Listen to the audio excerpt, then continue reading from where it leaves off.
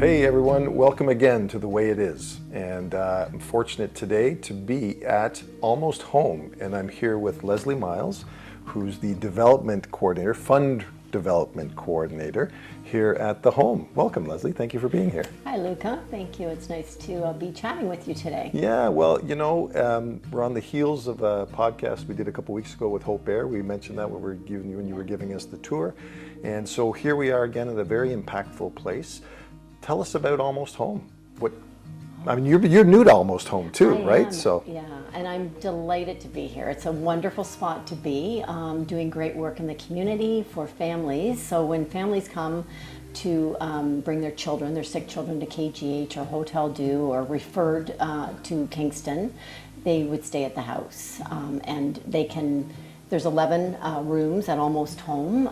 This house has been in existence for 31 years. We're just celebrating 31 years. Which is amazing, and I think we joked about it earlier when we were doing our tour. Yes. I remember starting in real estate, and every charity golf tournament I went to was in support of Almost Home or for Almost Home. So, and that's exactly dates right back to then. So. And here we are still today, and we actually have a golf tournament coming up in support of Almost Home this September. So they're still going on. Great. And that's how we survive, as well as my job as a fund development manager is to work with the community, to work with the businesses, and bring people together to raise money and awareness about the home, what we do, and to be able to support the house and its existence for the families. Well, and it's a beautiful facility. I mean, this is the first time I've been in it, and classic, right? You're Kingstonians, you're here, and you just don't know what's in your own backyard half the time. But we're on William Street, right downtown, yes. So obviously easy access to the hospitals and all that kind of thing. Now, tell us how people are chosen for Almost Home. How do you find who gets the rooms, and how does that happen? Oh, thanks. Well, actually, they call here. They're either referred, so we will have someone from the hospital will call us as a reference, or they actually give the family. The families actually are receiving that from the hospital or outside, like if they come from James Bay or Moosonee or Moose Factory. There's also, we have a coordinator, someone that works together with us to let us know the families are coming. So we're aware of it, and we have a great team here too. So there's a group of volunteers, and now we have a couple of paid students that have been with us for years, and they work at the desk to receive the patients when they're coming in, or their families. So they're registered with us, and that's really important. We need to know where they are, coming in, coming out, so they sign in, sign out. Right.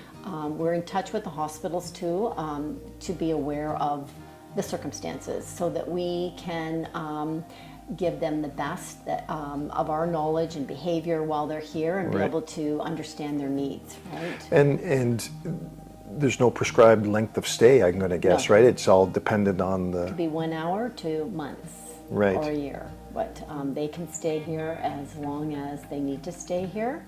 And again, our mandate really is for children that are having medical attention, but we like to see the house being used, and there is always circumstances that will arise, and we take things into consideration as well. And so we were able to tour all of the rooms. Yes. You said it's a quiet time right now. There's a couple families Yes. here right now. Is there a seasonality to that, or is there any predictability to? No, not really. We get a lot of NICU, like premature babies that are being born. A lot of that happens in this home. So what I wanted to say was, just imagine the stress that families go through when you have a child that's sick, or there is a preemie that is being born, and now you've got to figure out where you're going to stay. I've got to eat. What about my job? Maybe there's other siblings that you have as well. How are we going to keep people together? Like, how are we going to do this? And there's another stress that's added on top of, wondering how your child is going to be, and spending that attention that's needed for them. Mm-hmm. So for us, it's a safe, caring, quiet environment that has all the essentials. It's a home away from home, so that you can be here and feel at ease and comfortable, and like you say, within walking distance to the hospital, or we ensure we have a bit of an escort service that helps to make sure that everybody's safe, and do whatever we can to help them with the needs that they are requiring to get them through and make it a wonderful experience through that difficult time. So this is basically Kingston's local version of a Ronald McDonald House, Yes, right? same concept, but we're the only house in Kingston. Right. And like I say, we can house up to 11 families. And with that, there is either double beds, queen bed, we have a crib, or we can move cots in and out. So we're very accommodating to whatever it is that you need and make it work for larger or smaller families. There's shared facilities as far as washrooms. Some have their own bathroom within the room. If say if we're wheelchair accessible, we have an elevator here. Yeah, I was amazed. So it's really accommodating for all families, and we have a laundry facility here too. So, and essentials for food. So you can come here and all the basics, but you can certainly cook up a storm.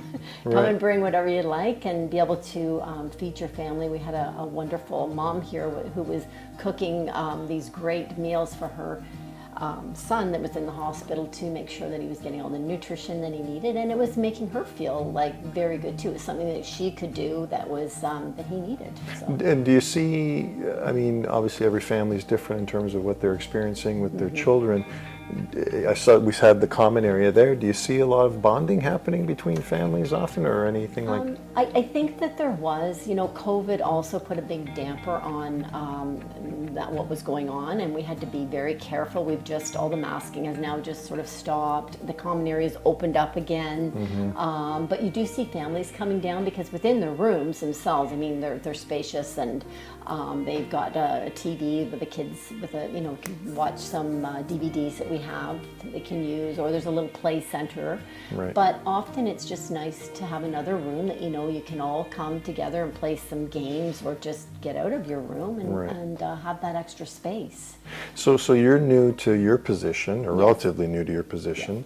I started my podcast in the onset of the pandemic, and the world has changed, of course, and there's a lot of it's busy in that not-for-profit space in terms of charitable dollars and what's available. How are you finding that now, just stepping into that role?